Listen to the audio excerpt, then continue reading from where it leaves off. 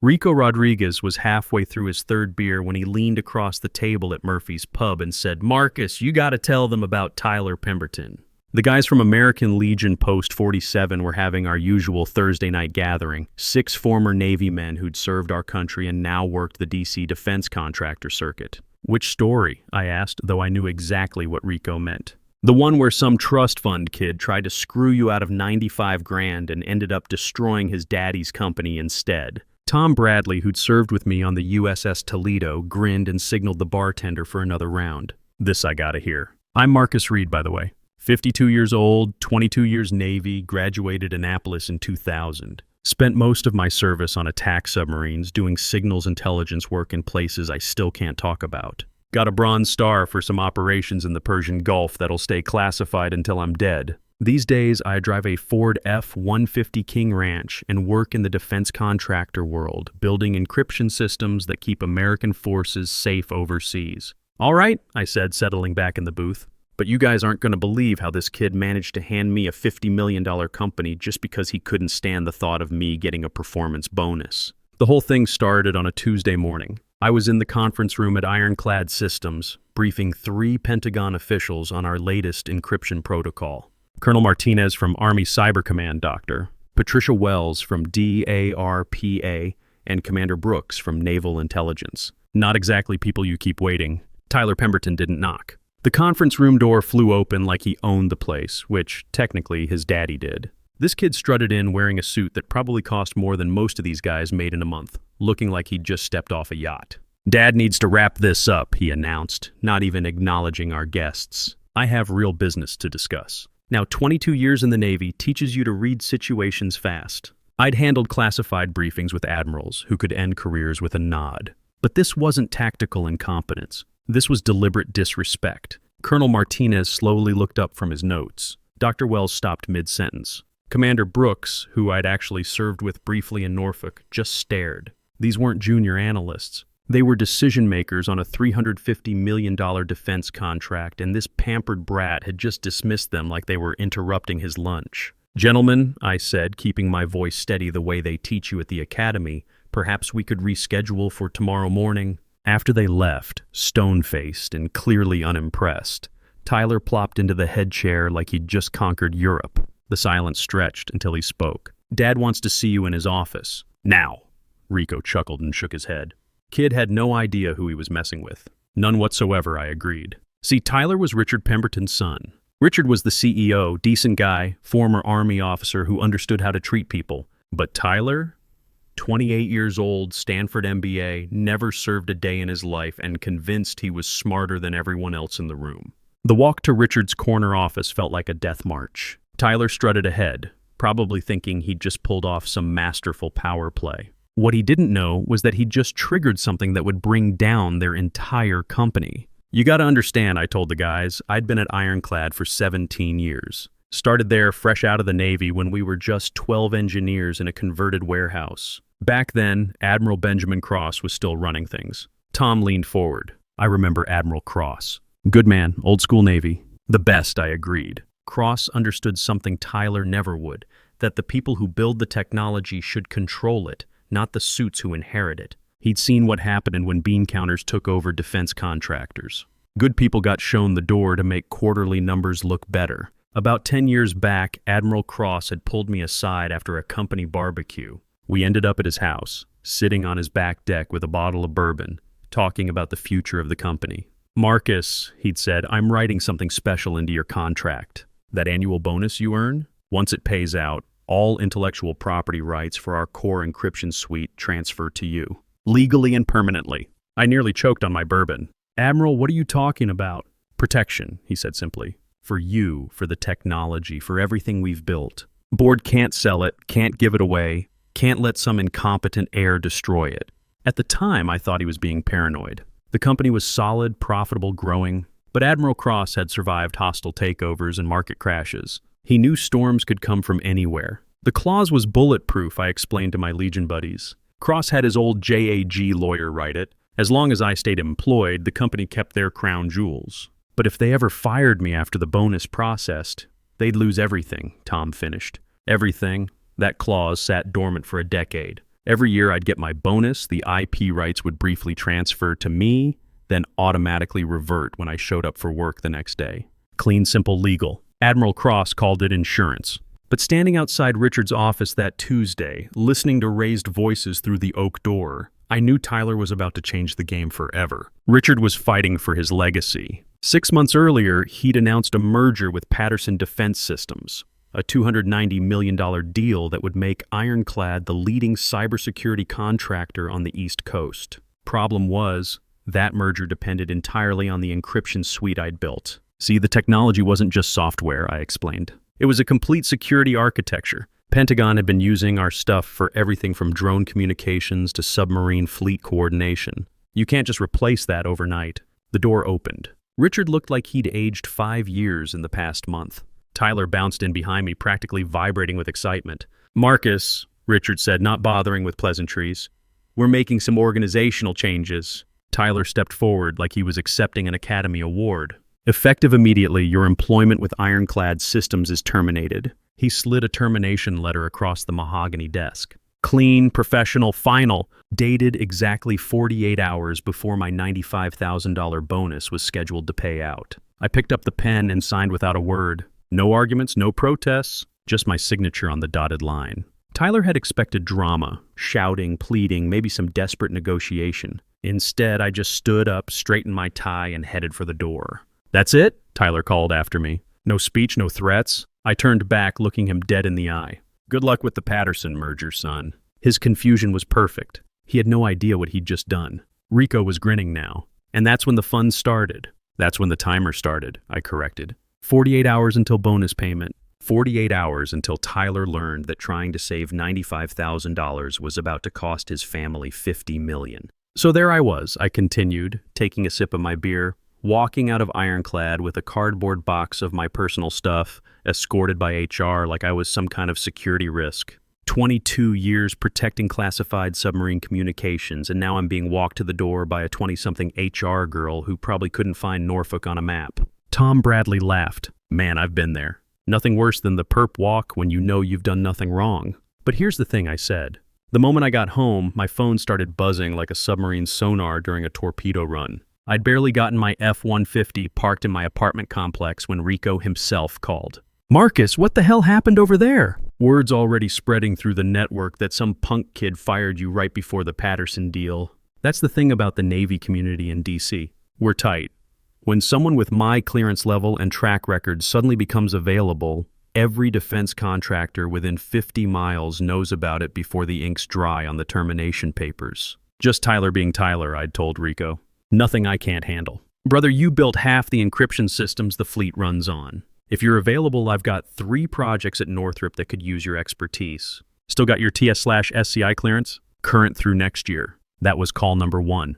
Before I could even crack open a Budweiser, Tom Bradley was on the line from his consulting firm. "Marcus, heard you got the boot. Tyler Pemberton lose his mind?" His son made the call. "Tyler? That preppy little snake?" "Hell, Marcus, he couldn't find his way out of a paper bag with a map and a GPS unit." "What's Richard thinking?" I was starting to realize something Tyler hadn't counted on. In 24 hours, I'd already had 3 job offers from major defense contractors. The kid thought he was destroying my career. Instead, he'd just advertised to the entire industry that Marcus Reed was available. But the call that really mattered came while I was heating up leftover pizza. "Marcus Reed, speaking. This is Doug Patterson with Patterson Defense Systems. We need to talk." Now, Doug was smart money. His company had been circling Ironclad for 2 years, waiting for the right moment to make their move. His voice was tight, controlled, like a submarine captain who'd just detected an unknown contact. "My legal team just flagged something in the merger documents," Doug continued.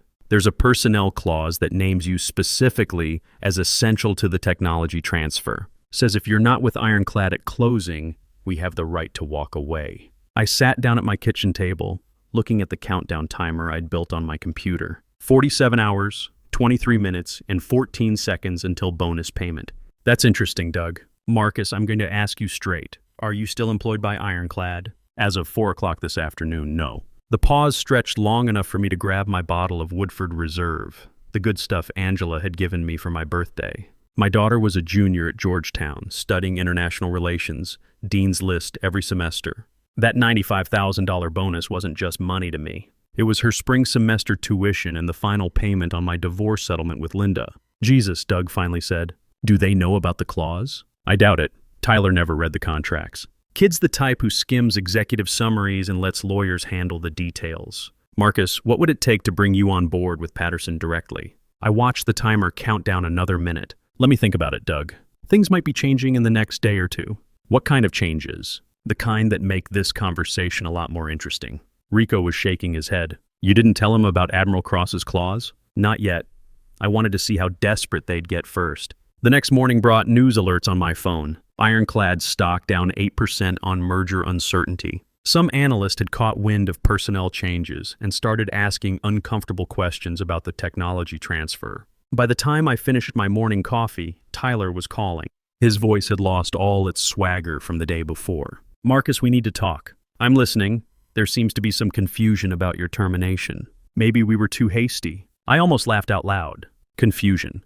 Like accidentally firing your chief architect was just a clerical error. What kind of confusion, Tyler? Patterson's lawyers are asking questions about some clause in the merger documents, about your role in the technology transfer. Ah, I said, taking another sip of coffee. Section 12, subsection 4. Personnel continuity requirements. You know about it?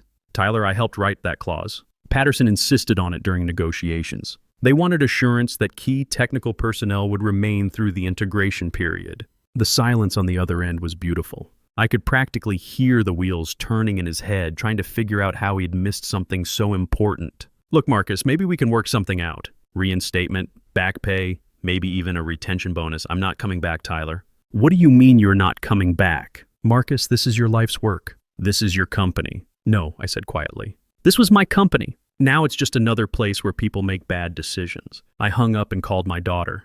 Hey, Dad. Angela's voice was bright, cheerful. How's work? Funny you should ask, sweetheart. I just became unemployed. What, Dad? What happened? I told her the story, keeping it simple. Tyler had made a power play, fired me right before my bonus, and now the whole company was in chaos. That's terrible, Dad. Are you going to be okay? What about my tuition? And that's when it really hit me. Tyler hadn't just tried to humiliate me. He'd tried to mess with my daughter's future. Angela had worked her tail off to get into Georgetown. She had dreams of working in international relations, maybe even the State Department someday.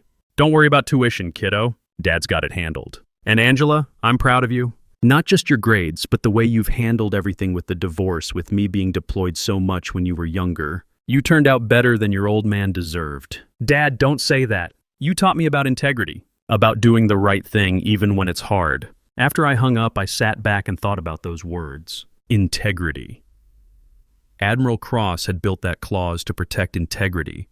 The integrity of the technology, the company, the people who did the real work. Tom leaned forward. So what happened next? Tyler started panicking. By afternoon, the calls were coming every hour. Richard Pemberton himself sounding desperate.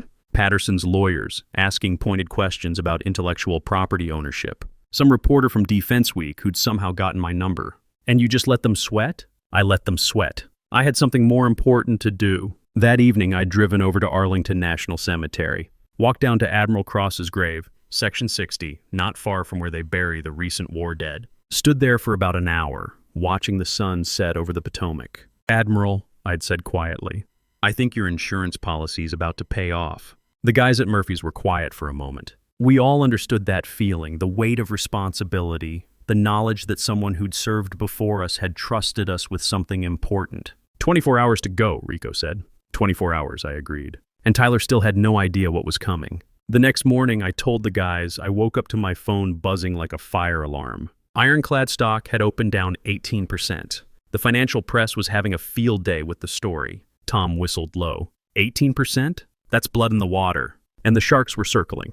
Patterson Defense had announced they were reviewing certain aspects of the pending merger. Translation, they were getting ready to walk. I'd ignored most of the calls and gone for my usual 5-mile run through Arlington, past the Pentagon, past the memorials, past all the places that reminded me why the work mattered. The encryption systems I'd built weren't just software, they protected American lives. Navy ships in the South China Sea, Army units in Syria, Air Force drones over Afghanistan. When I got back, there was a black sedan parked outside my apartment building. Richard Pemberton sat in the back seat, looking like he'd aged a decade overnight. "Marcus," he said as I approached, still in my running gear. "Please, 5 minutes." I got in the car. Richard had always been straight with me, even when his son was being an idiot. Military guys understand chains of command and personal accountability. "My son made a mistake," he said without preamble. "A catastrophic, career-ending mistake. Richard, I've got nothing against you personally. You've always treated me fair." But Tyler crossed a line. "He's young, stupid, arrogant." Richard rubbed his face with both hands. "But Marcus, this company employs 400 people. Good people, engineers, technicians, support staff. People with mortgages and kids in college." I studied his face. The desperation was real. Richard had built this company from what Admiral Cross left behind, and now he was watching his son tear it apart. "What exactly are you asking me to do, Richard?" "Come back, work with us. Help us get through this merger. Name your terms, salary, equity, whatever you want. Tyler will be reassigned. Permanently." I checked my watch. 6 hours, 14 minutes until bonus payment. "Richard, in about 6 hours, none of this is going to matter. Not the merger, not the stock price, not Tyler's future. The game's about to change completely." "What are you talking about?" "Ask Admiral Cross's old lawyer. Check the contracts from 2014. Read Section 9 of my employment agreement." His face went pale. Richard was sharp enough to know that when someone mentions a specific contract section, it's not good news. "Marcus, what's in Section 9? The reason Tyler should have fired me in January, not October." I got out of the car and headed upstairs. Behind me, Richard was already on his phone, probably calling every lawyer in the building. The guys at Murphy's were hanging on every word now. Even the bartender had stopped pretending to clean glasses and was listening in. 4 hours later, I continued. My phone rang. Unknown number. It had been Sandra Kim, Ironclad's general counsel. Professional, controlled, but I could hear the panic underneath. "Mr. Reed, we need to discuss Section 9 of your employment contract." "I'm listening." "According to our records, you have a performance bonus scheduled for payment in approximately 2 hours. And according to Section 9, payment of that bonus triggers a transfer of intellectual property rights for the core encryption suite." "That's correct." The pause stretched long enough for me to pour myself 3 fingers of Woodford Reserve. "Mr. Reed, are you willing to negotiate? We're prepared to offer significant compensation. Stock options, cash settlements, executive positions. With Tyler still in management?" "No thanks. Mr. Reed, Tyler will be removed from any operational role. Permanently." I'd almost laughed at that. Sandra, Tyler should have been removed years ago, but Richard couldn't bring himself to do it. Why should I believe anything's changed? But here's what I didn't tell Sandra, what I couldn't tell her. That conversation wasn't really about negotiation. It was about something bigger. I paused to take a drink, looking around at my fellow veterans. These guys understood duty, honor, country. They understood that some things mattered more than money. See, Admiral Cross didn't just write that clause to protect me. He wrote it to protect the technology, to make sure it stayed in the right hands, serving the right purpose. The encryption suite wasn't just some corporate asset to be bought and sold. It was a shield protecting American forces overseas. Rico nodded slowly, and Tyler never understood that. Never even occurred to him. To Tyler, it was just another product to monetize. At 4:47 that afternoon, sitting in my apartment with my laptop open, I'd watch the timer hit 0. The computer chimed softly. The same automated system I'd designed years ago to track bonuses and IP transfers. Transfer complete. All rights to Encryption Suite version 4. 2 and associated technologies now held by Marcus Reed, individual proprietor. 47 pages of legal documentation, all culminating in one simple fact. I now own the technology that made Ironclad systems valuable. Tyler had tried to deny me $95,000. Instead, he'd handed me intellectual property worth about $50 million. My phone rang immediately. Doug Patterson. "Marcus, my legal team just confirmed it. You own the encryption suite." "I do. You know what this means?" "I've got a pretty good idea." Doug's voice had excitement now, energy. "Marcus, we've been planning this merger for 2 years. Spent $8 million in legal fees, due diligence, integration planning. But here's the thing, I'm not angry. I'm impressed. How's that? Because now I can deal directly with the person who actually built the technology, instead of going through a bunch of suits who don't understand what they're selling." That evening, I'd driven over to Georgetown to see Angela. Found her in the library, buried in international relations textbooks, working on a paper about cybersecurity and national defense. "Dad!" She jumped up and hugged me. "How are you holding up?" "Better than I expected, sweetheart." I'd told her about the day's events, carefully, without going into classified details. but I wanted her to understand something important. Angela, sometimes in life, people are going to try to knock you down. Try to make you feel small, worthless, expendable. When that happens, you remember two things. First, your worth isn't determined by what other people think of you. Second, the best response isn't anger or revenge. It's patience and preparation. She'd smiled at that.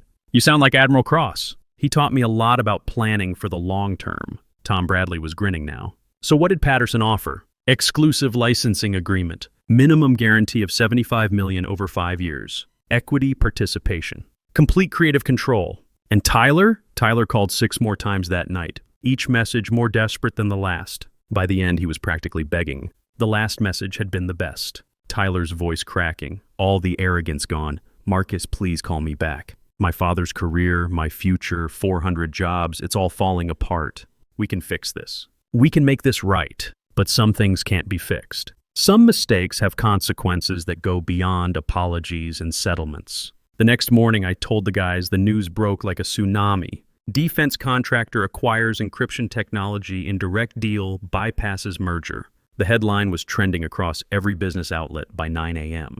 I'd been up since dawn, fielding calls from reporters, investors, and competitors who wanted to know how a $50 million technology transfer had happened overnight. Stock opened down 43%, I told the guys at Murphy's. Trading was halted twice in the first hour. Rico was shaking his head. Tyler must have been losing his mind. Tyler was about to learn what happens when you mess with the wrong veteran. The press conference was scheduled for noon. Richard Pemberton, standing behind a podium in Ironclad's corporate headquarters, looking like a general who'd just lost his entire command. The words he had to say were probably the hardest of his career. Yesterday, Ironclad Systems lost the rights to our core encryption technology due to a personnel decision made by my son, Tyler Pemberton. This decision was made without board approval and without understanding the contractual implications. I'd watched it live from my new corner office at Patterson Defense Systems. Bigger than my old one, better view of the Potomac, and filled with engineers who actually wanted to be there.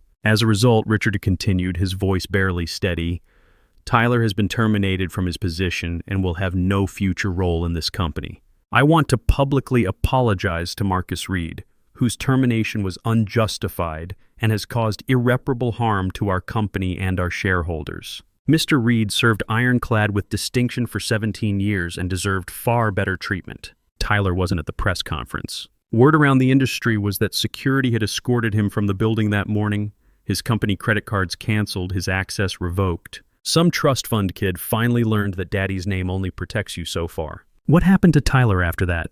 Tom asked. Funny thing about the defense contractor world, I said. Word travels fast, and memories even longer. Nobody would touch him. Last I heard, he moved to California to start some cryptocurrency venture. Something about revolutionizing blockchain technology. The guys all laughed. We'd seen plenty of young hotshots think they could reinvent everything without understanding the fundamentals. But the real payoff came that afternoon when Angela called. Dad, I just saw the news. Are you kidding me? You own the whole encryption system now? That's right, sweetheart. Dad, I'm so proud of you. Not because of the money, but because you didn't let them push you around. You stood up for what you built. Your old man's got a few tricks left, kiddo. What happens now? I'd looked around my new office. 15 of Ironclad's best engineers had already accepted offers to join Patterson. The whole naval intelligence team I'd built over the years. They'd rather work for me than whoever Ironclad brought in to replace me. Now we build something better. We've got government contracts worth $500 million over the next 5 years. And Angela, your tuition's paid through law school if you want it. But the conversation that meant the most came later that week. Doug Patterson knocked on my office door around closing time. Marcus, got a minute? What's up? Just got off the phone with Admiral Morrison at the Pentagon. They want to fast-track our submarine communications contract. Apparently, they're impressed with how we handled the transition.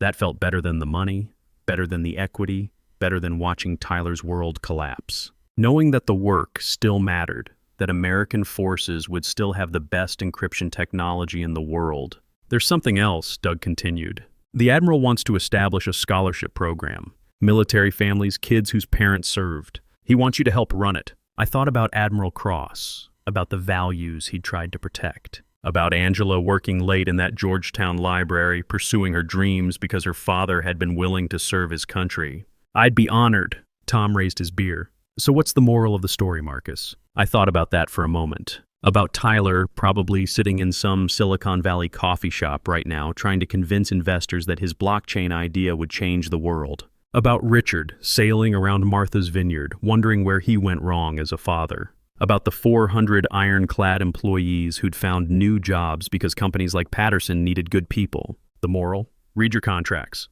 Know your worth. And remember that the people who try to diminish you usually end up diminishing themselves. And, Rico prompted, and sometimes losing your job is the best thing that ever happened to you. 3 months later, Ironclad filed for bankruptcy. The remaining patents were sold off to pay creditors. Richard retired quietly to his house on the vineyard. The engineers who'd joined Patterson were building the next generation of defense encryption technology.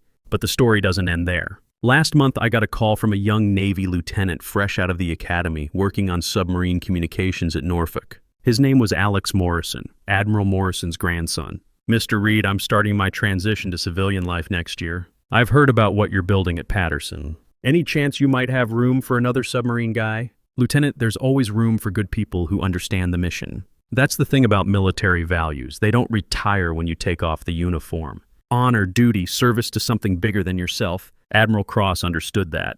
Tyler never did. These days, when young engineers ask me for career advice, I tell them the same thing Admiral Cross told me 20 years ago: be too valuable to lose and too dangerous to cross. Build something that matters. Protect what's important, and always read your contracts. The $95,000 bonus Tyler tried to deny me hit my account exactly when it was supposed to. Contract law doesn't care about office politics. But that money was just the trigger. The real payoff was everything that came after. Angela graduated summa cum laude last spring. She's starting law school at Georgetown this fall, specializing in international trade and defense policy. Smart girl who understands that technology and national security go hand in hand. Sometimes the best revenge isn't elaborate or dramatic. Sometimes it's just being patient enough to let other people's bad decisions catch up with them. Tyler thought he was playing chess. Turns out, he was just moving pieces around while I was playing an entirely different game. Rico finished his beer and stood up. Marcus, that's one hell of a story.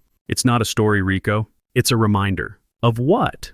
That in the end, it's not about the money. It's about respect, integrity, and making sure the technology that protects American lives stays in the right hands. I looked around the table at my fellow veterans, men who'd served their country, who understood sacrifice and duty, and the bonds that hold good people together. Tyler never understood that, his loss. We raised our glasses in a toast to Admiral Cross, to second chances, and to the lesson that sometimes the best thing that can happen to you is someone showing you exactly who they really are. The timer on my computer counts up now instead of down. Every second is a reminder that patience beats panic, preparation beats politics, and sometimes the person who tries to destroy your career ends up handing you the keys to something much better. Tyler Pemberton learned that lesson the hard way. I just hope he learned it well.